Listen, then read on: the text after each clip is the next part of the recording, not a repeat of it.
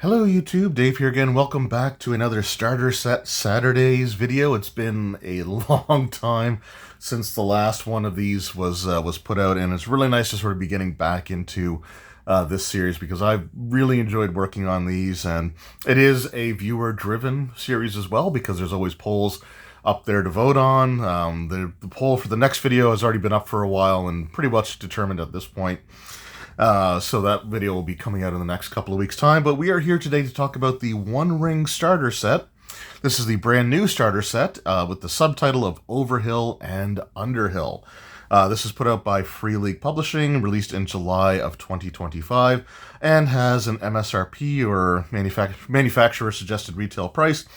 And these are the prices that I found. I think it was on like sites like 401 Games because it was hard to find like some of the prices for these. But the MSRPs that I found were $22.95 US dollars and around $30.95 Canadian. And as a Canadian, I pay the Canadian prices, so that's why I'm always going to include these. So for this video, I'm also going to be breaking out production quality and presentation into two separate categories. So with all the other previous videos, they were all included together, so it was presentation / production quality. But I think that adding it as a separate category will give a little bit more of a variance in the scores that some of these things will end up getting. And if necessary, I could go back eventually and redo some of those older videos with the two different categories broken out. And who knows, in a year or two's time, maybe my opinions of those previously released starter sets might change, and the scores might change with my change in opinion as time goes on. Because, you know, generally speaking, I don't always feel the same way about everything as time goes on. So let's take a look here first. We'll start with the presentation and like the artwork here. We'll also take a look at the contents and stuff like that as part of the production quality and everything else. But overall, I really love this artwork here on the cover of this particular box. Now, in this video, I am not going to be comparing this to the original release of the One Ring starter set for the second edition One Ring RPG from Free League. I can do that as a separate video for sure if you guys are interested in that, but I'm not going to be comparing this to the previous one in any way, shape, or form. This review is meant to stand on its own. So yeah, so you got some really cool looking artwork here. You've got some ruins in the background. You've got your human, elf, and hobbit characters there on the sort of rocky outcropping looking towards it with the crows and stuff flying. It is very like evocative, I guess, sort of like that Middle Earth feel to it there. I do like that sort of approach to it. And on the back of the box, it is a very simple, plain but easy to read and easy to like distinguish the background from the font for everything that is included in the box itself, including a nice picture of everything with its contents kind of laid out for you to be able to see. So that's really nice as far as like the presentation of the box itself. So if you're just looking at this, you know, at your game store, like this is something that I think will catch your attention. And then inside we do have our dice set. We've got some bases there. We do have our games catalog. We do have the Getting Started, which tells you some of the other supplements for the One Ring role-playing game. And the other part of the presentation that I really want to look at here is the artwork in the, we'll just use the rule booklet here, which is going to be that one there. So again, really nice covers on them here, staple bound, really simple stuff. And then on the inside, it is that One Ring sort of presentation where it looks like sketch art that you would find in like the, you know, the book that Bilbo was working on that Frodo finished there in the movies, at least. So you kind of like the dwarf sitting on a pile of corpses there, very Helm's Deep inspired. Again, as for like somebody who's watched the movie. So some really decent artwork in here, and I do like the fact that again, like it's completely consistent with the presentation of the role play or of the like the final product. So like the art style, the pages, the way they look are the exact same as what you're going to see in the actual core rulebook and everything. So really nice artwork, really nice sketch art. I do like the cover arts on the booklets and everything. So I'm going to give the presentation of this product, I'm going to give that an 8 out of 10. So now we're going to look at the production quality. So the production quality here, again, really nice, sturdy cardstock, box here. This is pretty heavy duty. I have other RPG boxes that look like they should be nice and strong and durable, but these ones are definitely definitely a lot sturdier than some of the other ones that I have in my collection. We do have the dice here, and these are printed correctly. Again, I'm not comparing this to the previous set, but the initial print run of the first starter set had the D12s misprinted. So I do have finally the updated dice there. Again, the covers of the books here are nice and thick paper stock as well. And actually got a little bit of a gloss on the inside of the cover, but it's a matte finish. I guess I feel about the same. It's more of a matte finish on the One Ring covers than the other ones. Again, nice. They're staple bound, so I'm not worried about them coming apart here, especially because the next book is a little on the thinner side of things here, but it's staple bound. So again, I appreciate that. We've got our character sheets, our pre-gen characters here, and they got some nice artwork here. But again, really nice quality paper used for them as well. So nothing feels cheaply produced here at all. So we got our, I'm not going to go through them in detail. I did an unboxing that showed all the characters off. We've also got a fold out or a handout here to give the players as well. Again, on really nice sort of paper stock, and it even has what looks like a crease mark in there. So if you wanted to fold it up to give to the players, that's something that you could do. And then on the back, we do have our hex crawl grid there. So again, that's also really nice. And then we've got some pawns, pawns. That is correct. So for some creatures and the player characters that are included in here. So there's some really cool stuff in here. So the actual presentation representation for 3D visualization. And we do also have a map. And again, the map is on really nice paper. Again, this feels very premium. So we have Eridor on the one side here. And then the other side, I'm going to be honest, is something I think is going to take a little getting used to. But this is sort of like their combat grid. So you would place your minis essentially in the whichever pose or stance that they're taking. So if they're rearward, they would be sort of in the middle here. If you take the defensive stance, you're kind of in this area, open and forward, and then the foes standing back area. So basically, for hand-to-hand, you have to be in the same zone as one another. So, and it kind of goes through, you start out forward and you work your way inwards for the way that the combat works. It is a little different, I will say. It's not quite you have to be base to base type of thing you would normally think, or be necessarily adjacent. I guess you just have to be using sort of the same stance, and it's kind of understood that you're trying to get to each other. But it is interesting to see nonetheless, and really well done again, as far as the quality of the materials and everything else that's included here. So, it does come with the full color cardstock pawns. It comes with the poster map there, which is made, again, really nice quality stuff. Staple bound, you got the character sheets, trackers, the dice are really nice. So presentation or production quality, I'm going to say, is actually a 9 out of 10. Free League really knows how to make premium feeling starter sets, and their production quality is up there with some of the best, if not the best, out there in the starter set or box set producers today. So really, really well done there. And then the next thing I want to take a look at here, let's move those off to the side. We'll sort of move this up here. The next thing I want to take a look at is the quality of the rule booklet. So how well are the rules explained? How much of the rules are included compared to the full set or the full core rule book. And again, when it comes to the layout and everything, the explanation, Free League again just does a really good job of making their games super easy to understand and super easy to play. There are some examples, or some sidebars that kind of give you a bit more explanation for how the different aspects work there. So it's always kind of welcome to see. It helps, like for me, when I was learning like 2nd edition Advanced Dungeons and Dragons, the thing that helped me more than reading the rules was reading the little sidebar or example of how the rules work. And that was so much easier for me to follow than just like the overload of information. So we do have, again, examples of how things are done. So that's really nice to see. We got the different conditions, endurance, and hope.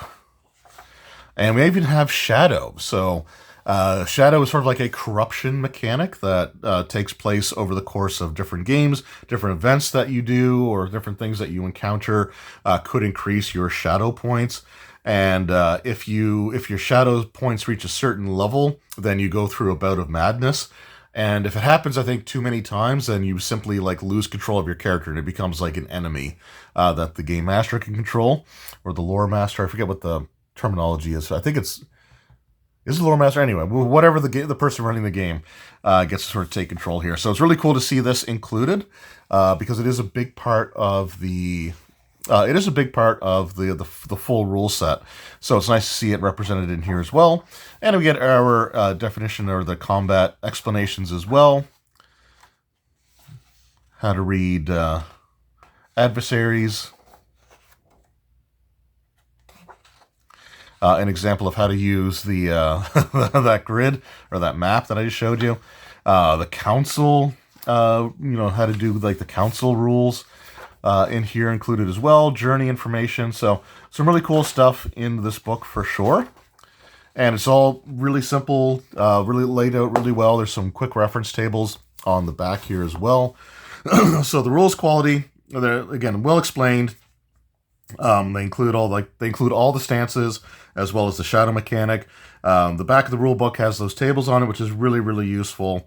And there are examples that are like sort of scattered throughout the rule book to make just to make it a little bit easier to kind of follow what's going on. So I will say there is no character creation rules. This is just pre-gen characters only type of box set, which I never take points away for missing character creation information, but I always would add a point for character creation. But this is a really solid rule book that will prepare you fully for the full rule set. Like there's nothing missing from these rules that are going to be a part of the core rule book.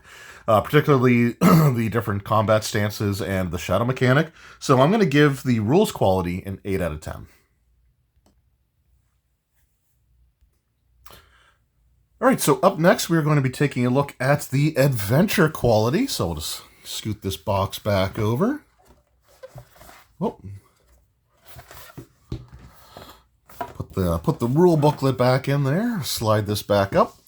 And so the adventure book is a little on the thin side. It does come in at, I think it's just 16 pages. Yeah, 16 pages there from the start of the adventure to the end of the adventure. You've got like part 1 starting on page 2, part 2 starting on page 5, and then so you're only getting about 2 to 3 pages of material for each of like the major acts of the game. But the adventure itself is definitely it's definitely interesting. I don't want to go too much into spoiler territory here, but let's just see if we got like the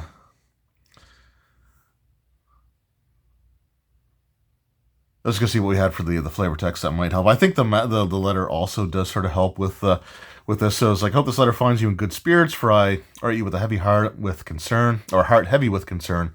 Just days ago, I chanced upon a disturbing story of a hunter from Bree named Rupert, who returned from the North Downs. His tale left me deeply troubled.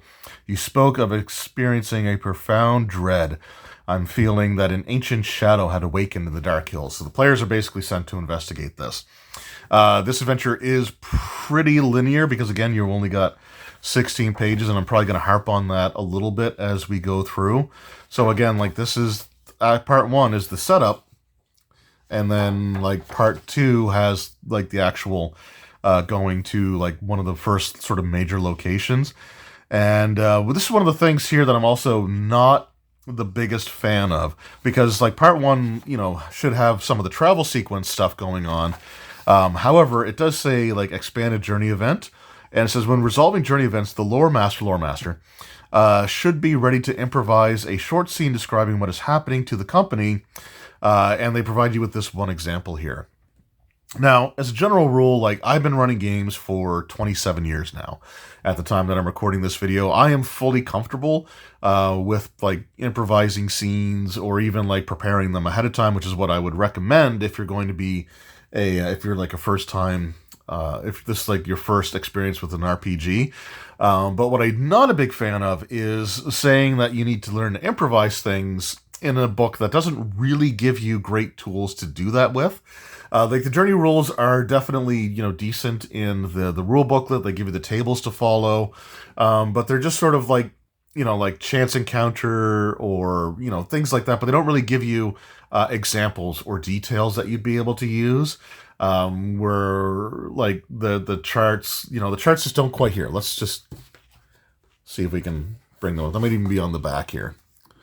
So like we got the journey events here. So these are the events, right? Terrible misfortune, despair, ill choices, mishap, right? And it tells you what happens, but it doesn't like give you really any information on how to take that and turn that into some sort of like scene that you could use for your players. So I'm all for like starter sets giving, prospective game masters or lore masters or dungeon masters or, castle keepers, lore keepers, whatever.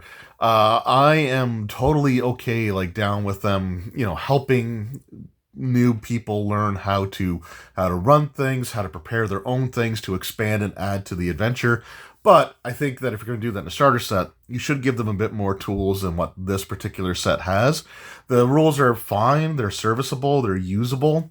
But to give them like, you should really expand out and only giving one example of it.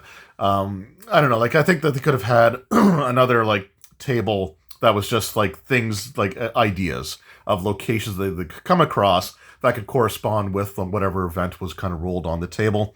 So anyway, it's still fine. Like, it's kind of a minor nitpick, I'm going to say. But at the same time, you're expecting something from beginners, and you're not really giving them all the tools they need to sort of accomplish that. Like, again, if you're an experienced game master, these are no problem. Like, you're going to be able to do this perfectly fine because you've got years of experience kind of doing that anyway in your regular games. But starter sets are aimed, or should be aimed, primarily at first-time players. First-time, like this could be the first RPG product somebody ever picks up. Right, so I think that if that's the case, like that's the target audience that you should be developing these for. And, the idea of giving them something to sort of create themselves to add into the adventure, totally love. I just wish they gave them a bit more to work with when it comes to like trying to do that. So again, we got some different locations here to sort of look at and explore. And I don't want to go too much further because I don't want to spoil the actual, the actual scenario or anything. But the adventure itself it's okay. It's very, linear. And, you get like the adventure locations. You're just not given, again, enough of the tools to make the journey aspect of it, more, come to life more than just like, hey, you should learn to improvise things. It does kind of bug me a little bit here. 16 pages is also not enough. I'm not a big fan of like most starter set scenarios or adventures that we've looked at so far, with a few exceptions, but most of them have been around the 24-page mark, or they're just much smaller in scale. Like this has you going to several different locations. There's even like a council section in there, and there are some cool areas to explore, right? Like you got some ruins to look at. There's a village that you enter where it's completely populated only by children survivors. Like the parents and all the adults have been wiped out, but the children have remained behind. So like you've got like, you're trying to do counsel as grown-ups with children, but they've been through a lot and they're not going to be patronized, sort of thing. So like there's some really cool elements to the adventure, but with only 16 pages, like I feel like everything is just sort of like point form. Like you start here, you go here, you finish here. And it would have been nice to have had a few more pages to just sort of flesh things out expand upon them, give game masters or lore keepers or whatever the term is, because I've already forgot again. I think it's lore keeper. But to give the lore keeper, again, just more tools to work with to help them improvise those travel sequences, or have just a few more of them already just made for you and as examples, so that you can sort of, again, use that as a more like passive teaching tool.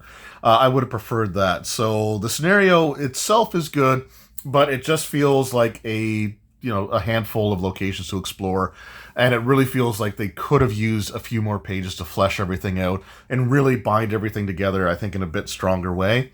I don't think it's a bad adventure, but I am a little disappointed in the page count. I was expecting 24 to 36 pages, and overall, like I said, some cool locations, but it puts a little bit too much pressure on first-time game masters, and I'm not as big a fan of that, so I'm going to give the adventure quality a 6 out of 10. And then finally, we are at the value for the price. So this is the final category for this 4-starter set Saturdays. And look, you're gonna get your money's worth out of this one. If you intend to run it and play it and go through all the things here, like just this set of dice alone retails for nearly $20. So if you're, just like, and again, looking at, again, it was 401 Games, which they're based out of Toronto, Ontario, Canada. But their U.S. price for the One Ring starter set, when I checked, and this was a while ago because I had done my notes up for this, I think even before I injured my leg, so we're talking about like middle of December. But when I checked back then, the U.S. price was $22.95. So the fact that the dice are almost the entire price of that, like even the Canadian version, if the dice were $20 Canadian, there's, 2/3 of the price of the box set is, redeemed just in having that dice set included. So you've also got the cardstock pawns, you've also got the map, you have the combat grid thing on the other side of the map. You do have a decent rulebook, and again, for its shortcomings, and the shortcomings mostly being page count, the adventure itself is still going to be a fun time, and you're still going to get like 4 to 6 hours, maybe even a little bit more, depending on how comfortable your game master is at adding and improvising, or putting different like journey events into things. Like, you're still going to have a fantastic time with this. And, 4 to 6 hours of gameplay, along with all the other inclusions, and the just how much of the value of the box is made up by the price of the dice alone. Like, if you're an American, you only have to make up like, let's just say the dice are $15 US. Let's just say that. Like, you'll have to make up like $7 or $8 of value with everything else that's in here. So you're definitely getting your money's worth. Free League does know how to put together some amazing starter sets, and the value and the quality of everything that they produce is second to none. Like, I think they do incredible stuff there. So you're gonna get your money's worth. Like, the value is absolutely fantastic. In here, I do gripe about the length of the adventure, but overall, you're still you're getting your $20 to $30 worth out of this box set very, very, very easily, just by running the scenario once and keeping the dice on the map. Like, you're in the pawns if you want to. Like, you're good to go. So the value for the price, I'm going to give an 8 out of 10. So just to recap everything, the presentation, I gave an 8 out of 10. The production quality, I gave a 9 out of 10. Rules quality, I also received an 8 out of 10. Adventure quality, I got a 6 out of 10. A little disappointed there. I'm not gonna sugarcoat it. Value for price was 8 out of 10. Adding those together and averaging them out gives a final score of 7.8 out of 10. And I think that's fully fair for a starter set with a 16-page adventure. Again, I'm not comparing this to the original starter set, although I will probably do that as a separate video. But the first starter set did have a much thicker adventure booklet, and some of just the other Free League starter sets have had their box sets, their starter sets, be the launching point for like major adventure trilogies, like ongoing storylines. So I don't think that's going to be the case with this particular set, But a 7.8 out of 10 is a very, very solid score. And if you're looking to get into, role-playing in Middle-earth, the One Ring RPG is an absolutely fantastic way to go. If you want something that kind of feels a bit like old school, then you're going to get that out of this RPG as well. Like there's some elements that do kind of remind me of old school, RPGs where you have to know what you're doing before the round starts and you're locked into that decision no matter what happens around you, sort of thing. So it's a really good box set. I do wish that the only real downside is the adventure book could have stood to have had another 6 to 8 pages included. And that would have helped things out quite a bit. But overall, you're still going to get a great time out of this. You're still going to get your money's worth. And, this could be the launching point into a whole new RPG that, I absolutely love. Like, I have everything for the One Ring so far, for the second edition One Ring. And I'm looking forward to getting more of it as time goes on. So definitely worth checking out. You can see this. Hopefully you can find this at your local game store, wherever it is that you purchase your RPGs from. Or you can also buy this directly from Free League's website as well. So thank you all so very much for your time. I appreciate it. We'll be back in a couple of weeks' time for the next installment in this series. I'm not going to say what it is right now, but if you go on my community page, you'll be able to see the poll, and I think it's pretty obvious what the winner of that poll was. But yeah, thank you all so very much. Again, if you want to see a comparison video between this starter set and the original and, how it compares, let me know in the comments, and if there's enough interest, I'll do that video as well. So once again, thank you. I appreciate it. We'll see you in the next one. Until then, take care.